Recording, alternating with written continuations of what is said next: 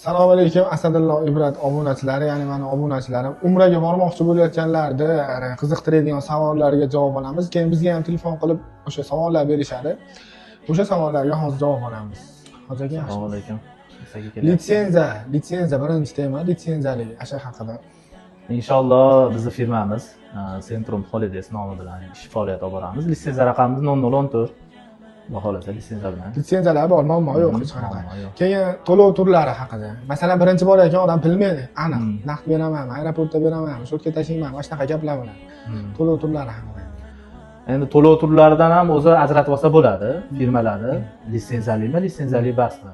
Shularni ajratib olsa bo'ladi. Bizniki litsenziyali bo'lgani uchun davlatning qonunlari asosida bizda faqat bank orqali o'sha firmani shot raqamlariga to'lov qilinadi.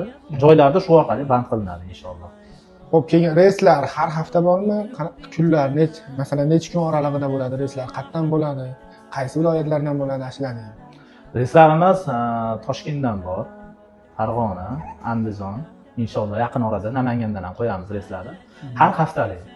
Toshkentdan har shanbada bor reysimiz, Farg'onadan har chorshanbada bor.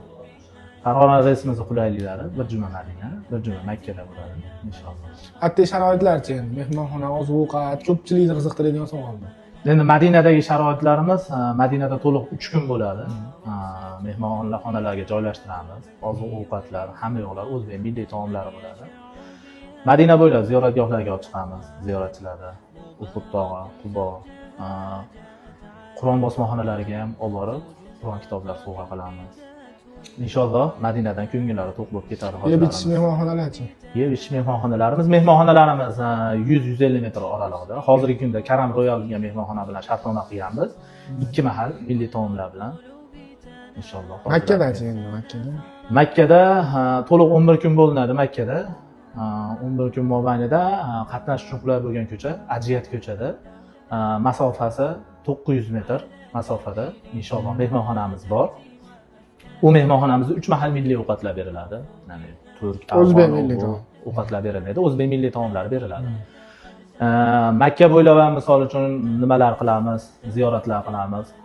Muqaddas joylarni, ularning tarixlari bilan tanishtirib, malakali ellikboshlarimiz inshaalloh hojilarimizni zeriktirmasdan ibodatlarga olib chiqishadi.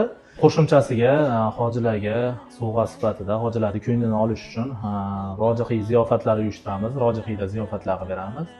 Qizil dengiz sayohatlarini ham uyushtirib beramiz inshaalloh. 50 boshlari qanaqasilar? Doktorlarichi, masalan, jon babi kasal bo'ladi. Yosh kattalar bo'lsa qiynalishmaydi. 50 boshlarimiz diniy qo'mita tomonidan qo'yiladi 50 boshi yoki o'zimiz tomonimizdan malakali 50 boshlar, domla, qori, Xudo xolasa hamma darsliklarni berib, mukammal ibodat qilib olib borib olib kelishadi.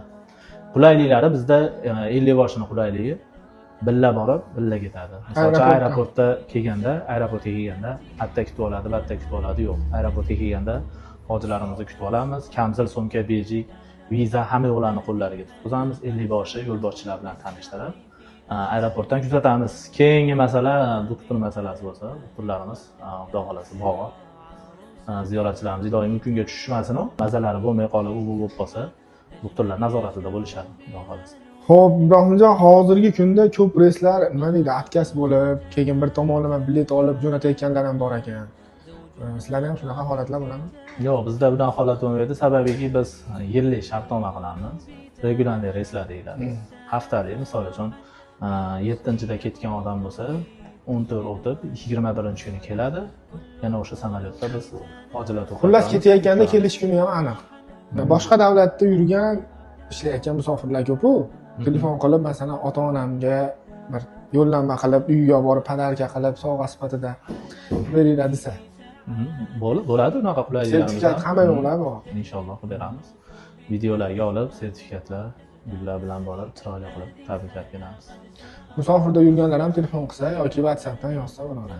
Bemalol WhatsAppdan, Instagramdan yozib aloqaga chiqishsa, o'zimiz chiroyli qilib, ko'ngildalik qilib ishlarni bitirib beramiz. Muammolar bo'lmaydi inshaalloh. Umraga borishni niyat qilib yurganlar, ota-onasini yoki bir yaqinlarini jo'natishni xohlayotganlar, mana sharoitlarni to'la-to'kis eshittiraylik. Litsenziyali, hamma sharoitlari zo'r.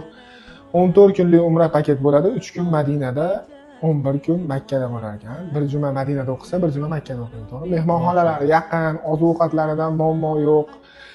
Xullas, siz xohlagan mana turfirma ekranda nomerlarini qo'yyapmiz. Telefon qilib yanada to'liq ma'lumot olishlaring mumkin. Yana qanaqadir savollar bo'lsa, kommentariyada yozsalaring, keyingi videoda shunga qarab olib, savollaringga javob berishga harakat qilamiz.